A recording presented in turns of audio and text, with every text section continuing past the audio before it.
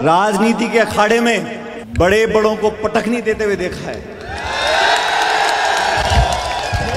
मेहनत में कमी दिखी, संघर्ष में कमी दिखी, रगड़ाई में कमी दिखी। राजस्थान विश्वविद्यालय के संगठक कॉलेज महाराजा महाविद्यालय में आज 20 जनवरी 2023 का ये दिन छात्र संघ अध्यक्ष भाई संदीप गुर्जर के छात्र संघ कार्यालय के उद्घाटन समारोह और छात्र महापंचायत की ऐतिहासिक आयोजन में लोकप्रिय जन नेता सचिन पायलट साहब के मुख्य आतिथ्य में मंचस्थ और ये युवा तरुणाई कि कदम ताल की आवाज से इतिहास बदल जाएंगे, अंगारों की भाषा से भूगोल बदल जाएंगे।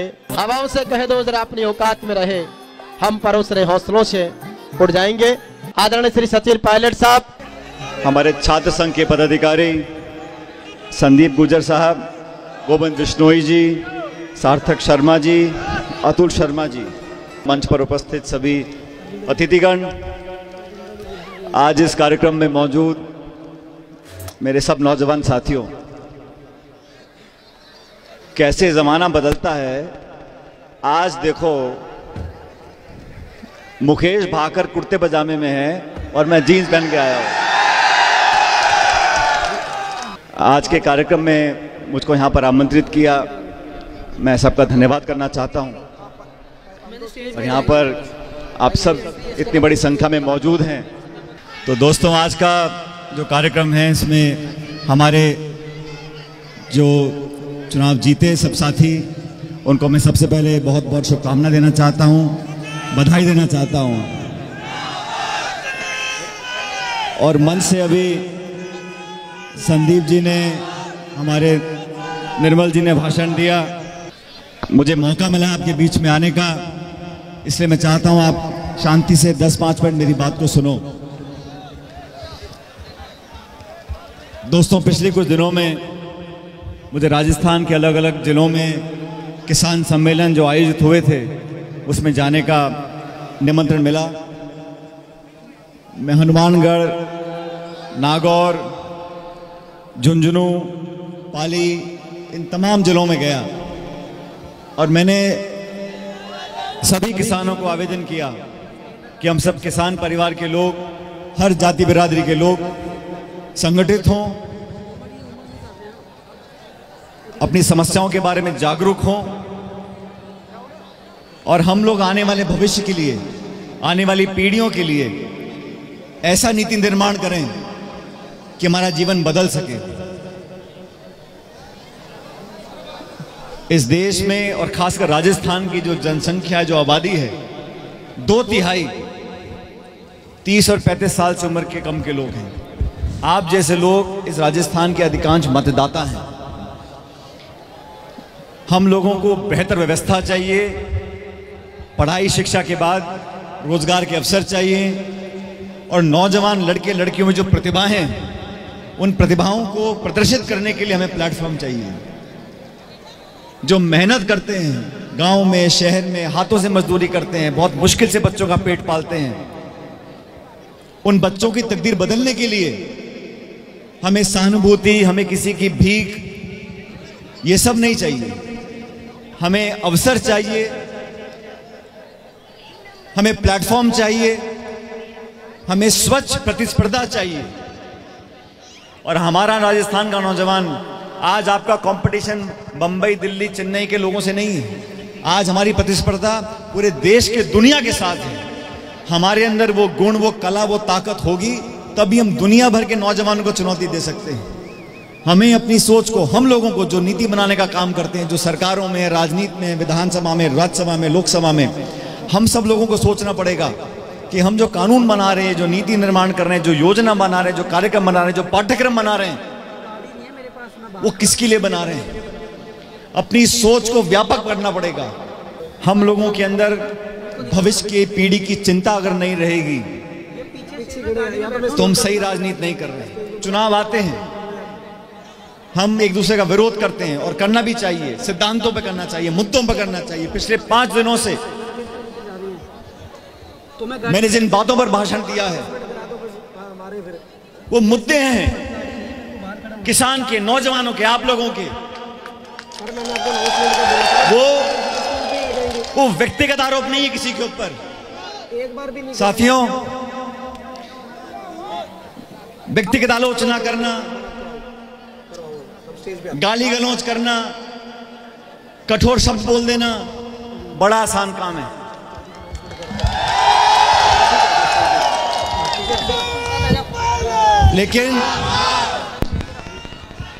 लेकिन इन 32 सलाखों के पीछे जो बिना हड्डी की जीभ है, इसको संतुलित करना ये बहुत जरूरी है।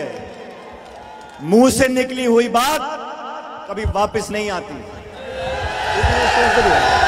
और मैंने मेरी राजनीति में मेरे स्वर्गीय पिताजी से बहुत कुछ देखा सीखा है। और राजनीति के अखाड़े में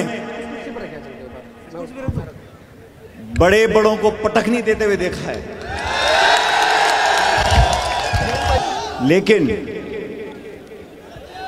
मुद्दों पर, इश्यूज पर, पब्लिक सेंटिमेंट पर आप पटखनी दो तो लोग ताली बजाते हैं, और अपमान कर देना, छोटी मोटी बात बोल देना, आप सब जानते हो मेरे बारे में क्या क्या बोला। क्या बोला? क्या जो पहले बोला वो बताओ मेरे को।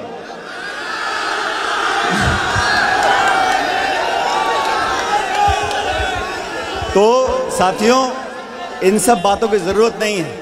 मैंने हमेशा, और मैं आप लोगों को बोलना चाहता हूं, क्योंकि मैं आज मैं इस कॉलेज में आया हूं।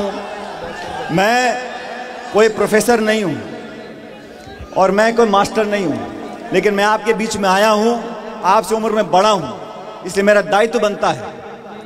मैं आपसे बड़ा हूं, मेरा दायित्व बनता है मैं आपको सही बात बोलूं, आपके संस्कारों को जगाऊं। आपकी परवरिश ऐसी होनी चाहिए कि आप लोगों का मान सम्मान करो, लोगों को इज्जत बख्शो, और इज्जत दोगे तो इज्जत मिलेगी। मैं आप लोगों से कहना चाहता हूं, नौजवान साथियों, मेरे दोस्तों, आप इस कॉलेज में पढ़ते हो, आप इस कैंपस में पढ़ रहे हो, बड़े खुशनसीब हो। ऐसे लाखों करोड़ों बच्चे हैं जिनको इन कॉलेजों की चार दीवारी नसीब नहीं है। आप इस अवसर का, इस माहौल का, आपको एक अच्छे वातावरण में पढ़ने का जो वरदान मिला है, इसका सदुपयोग करें और अपने आचरण में, अपनी भाषा में, अपनी बोली में, अपने विचार में, अपने व्यक्तित्व में ऐसी चीजें लेकर आओ ताकि आपसे आगे आने वाली पीढ़ी, आपसे आने वाली आगे पीढ़ी आप पर गर्व कर सके, आपको सम्मान दे सके।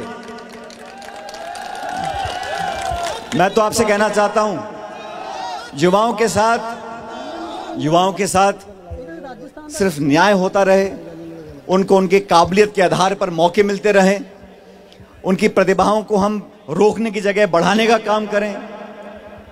संतुलित, संयमित, अनुशासन के साथ आप लोगों को आगे बढ़ने का रास्ता दिखाएं। वो सब संसाधन आपको मिले जिनको लेकर आप अपना जीवन बेहतर कर सकते हो, ये हमारी कोशिश होनी चाहिए। अब दोस्तों, मेरा फोन मिला। जब चुनाव आते हैं और मैं प्रचार करने जाता हूं तो मेरे सामने हमेशा बीजेपी खड़ी रहती है, और आप सब जानते हो जब जब मैं प्रचार करता हूं मैं उनका धुआं निकाल देता हूं। तो राजनीति में, लेकिन मेरे विरोधियों का जो मेरे सामने चुनाव लड़ते हैं, जो मेरा विरोध करते हैं, मैंने हमेशा उनको मान सम्मान दिया है। मैंने उनके प्रशासनिक कार्रवाइयों को, उनकी नीतियों को, उनके कानूनों को, उनके काम करने के तरीकों को और उनके भ्रष्टाचार को मैंने उजागर करने का काम किया। लेकिन मैंने कभी भी अपने विरोधियों के सामने उन शब्दों का प्रयोग नहीं किया जो शब्द मैं अपने लिए नहीं सुनना चाहता हूं। और ये बड़ा अच्छा फॉर्मूला है, आप ध्यान से सुनो। जो शब्द, जो बातें आप अपने लिए नहीं सुन सकते, वो औरों को नहीं बोलनी चाहिए। और अभी आने वाले समय में पहला मेट्रो वो बड़ा पीछे अब मैं संदीप का भाषण सुन रहा था अब पीछे भाई, इस कम उम्र में बहुत लंबा जाएगा भाई। जब मैं पहला भाषण दे रहा था 1990 के चुनाव थे और मेरी माँ चुनाव लड़ रही थी हिंडोली बूंदी से। सर्दियों के दिन थे, मैं 12-13 साल का था। तो उन दिनों में जिप्सी नई नई आई थी गाड़ी वो, तो मैं चुपचाप सुबह ठंड में गाड़ी में बैठा हुआ था। मेरी माँ बाहर जाके भाषण दे रही थी गांव के अंदर पेड़ के नीचे। तो वहाँ के सरपंच ने, उसको पता पड़ गया कि रमा पायलट जी का बेटा गाड़ी में बैठा है, तो उसने आवाज़ देके मुझे बुला लिया नाम लेके। अब मीटिंग थी, चुनाव का समय था, मैंने कहा नहीं जाऊँगा तो रोकर बुरा मानेगा। तो मैं जाके वहाँ बैठ गया मंच पे। वहाँ होंगे 150-200 लोग गाँव में। तो सरपंच साहब ने मेरी माँ को बुलाने से पहले मेरा नाम लिया और बोला अब ये सचिन जी आपको 2 बात बोलेंगे, और मेरे हाथ में माइक पकड़ा दिया। मैं पहली बार स्कूल से छुट्टी लेके गया था, मैंने कहा माँ का प्रचार है, जाके दिखाते हैं क्या हो रहा है वहाँ। उस टाइम पोस्टर और ये स्टेंसिल से दीवार पेंट वगैरह करते थे, तो मैं वहाँ देखने गया था और वहाँ उसने मंच पे मेरे को माइक पकड़ा दिया हाथ में। अब वो माइक पकड़ा मैंने, लोग सामने मेरा मुंह देख रहे हैं। अब मेरी माँ यहाँ बैठी है, अब मैं क्या तो भाषण देता क्या नहीं बोलता। तो मैंने माइक उठा के मेरे ख्याल 1.5 या 1.25 मिनट भाषण दिया होगा और मेरे दोनों घुटने कांप रहे हैं, मेरा हाथ कांप रहा है, मुझे समझ नहीं मैं क्या बोलूं। लेकिन मैंने ले दे के बोला, मैंने कहा भाई आप मेरी माँ को जिताओ चुनाव में, हम सब मिलकर आपकी सेवा करेंगे, ऐसा कर बोल दिया मैंने। तो पहला भाषण में 13 साल का था। मैंने वहाँ माइक पटका, जोर से भगा गाड़ी में। मैंने कहा जी मैं जा रहा हूँ वापस स्कूल पढ़ने के लिए। लेकिन भाषण देना, मैं आज के इसको देखो, ये तो भाषण से पता पड़ जाता है कौन निर्दलीय है कौन दल का है। भाई छूट है, तुम निर्दलीय मर्जी बोल सकता है जो। लेकिन मैं हर जगह जा रहा हूँ साथियों, क्योंकि मंच ये एक राजनीतिक मंच नहीं है, लेकिन जिस विचारधारा को, जिस दल को मैंने 20 साल तक मजबूत किया है, मैं हमेशा उसको मजबूत करने का काम कर रहा हूं। और जब 2013 में मुझे पहली बार, 2014 में मुझे पहली बार प्रदेश का अध्यक्ष बनाया था राहुल गांधी जी ने और सोनिया गांधी जी ने, मैं जब जयपुर आके काम करना शुरू किया, उस समय हम लोग चुनाव हार गए थे, आप जानते हो। आप तो खैर बहुत छोटे हो सारे के सारे, लेकिन 2013 में हमारे सिर्फ 20-21 सांसद विधायक रह गए थे। तो हमने 5 साल तक बहुत संघर्ष किया, सबके साथ मिलकर किया। और उन 5 सालों में 13 से 18 तक जब हम विपक्ष में थे, तो आप में से कुछ लोगों को याद होगा, कुछ की जानकारी होगी, मैं आपसे पूछना चाहता हूं, कांग्रेस अध्यक्ष के नाते उन 5 सालों में हमारी मेहनत में कोई कमी देखी आपने? मेहनत खूब करी, बोलो हाँ कि ना। संघर्ष में कोई कमी देखी?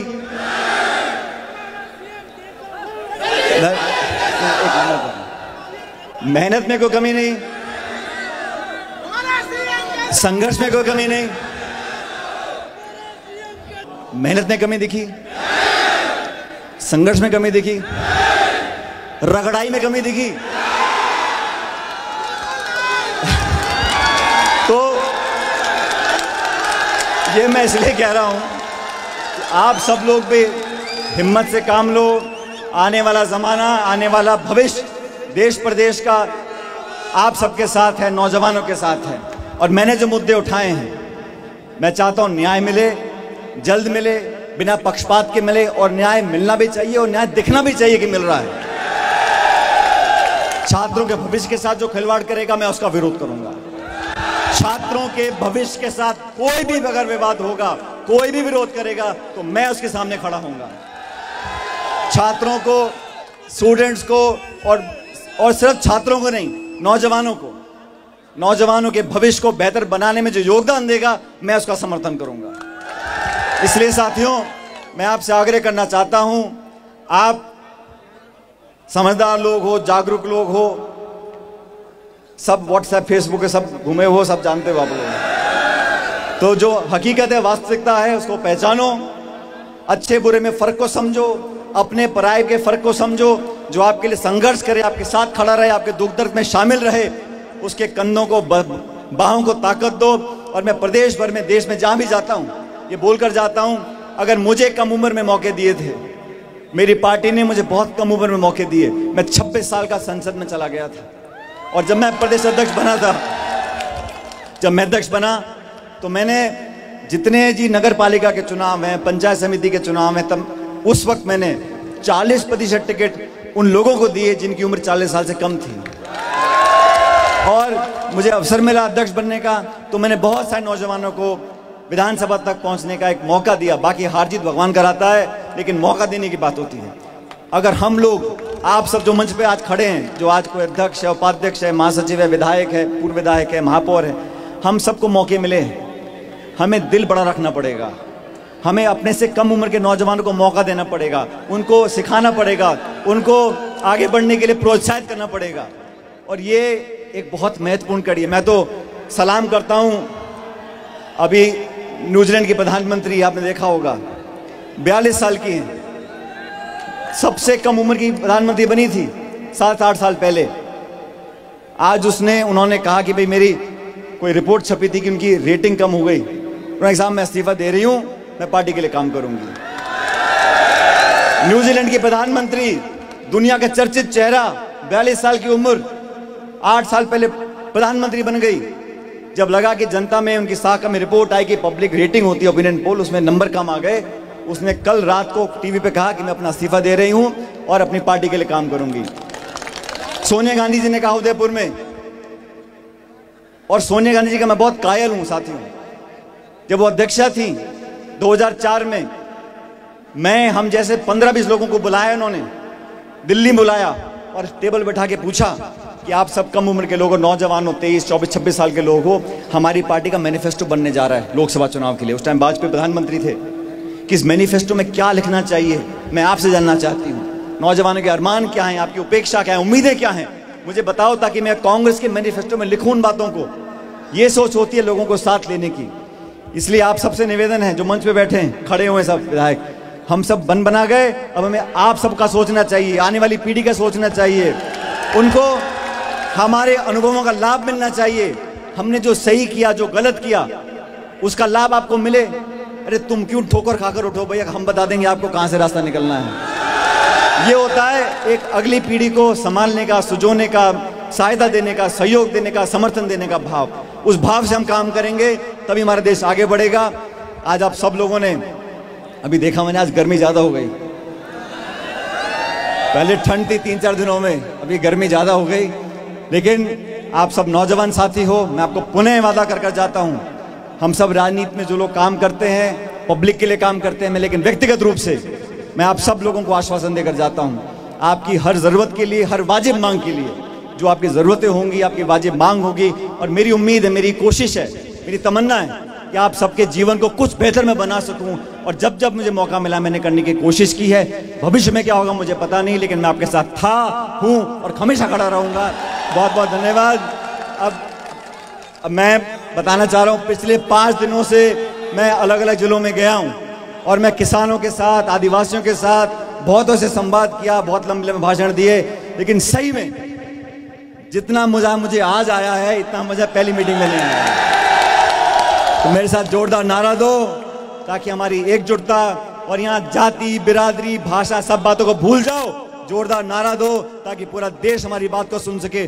भारत माता की। वो महारानी कलवेल बोल रही हैं क्या? भारत माता की। अंतिम नारा आसमान में छेद होना चाहिए, भारत माता की। बहुत बहुत धन्यवाद। राम राम साहब।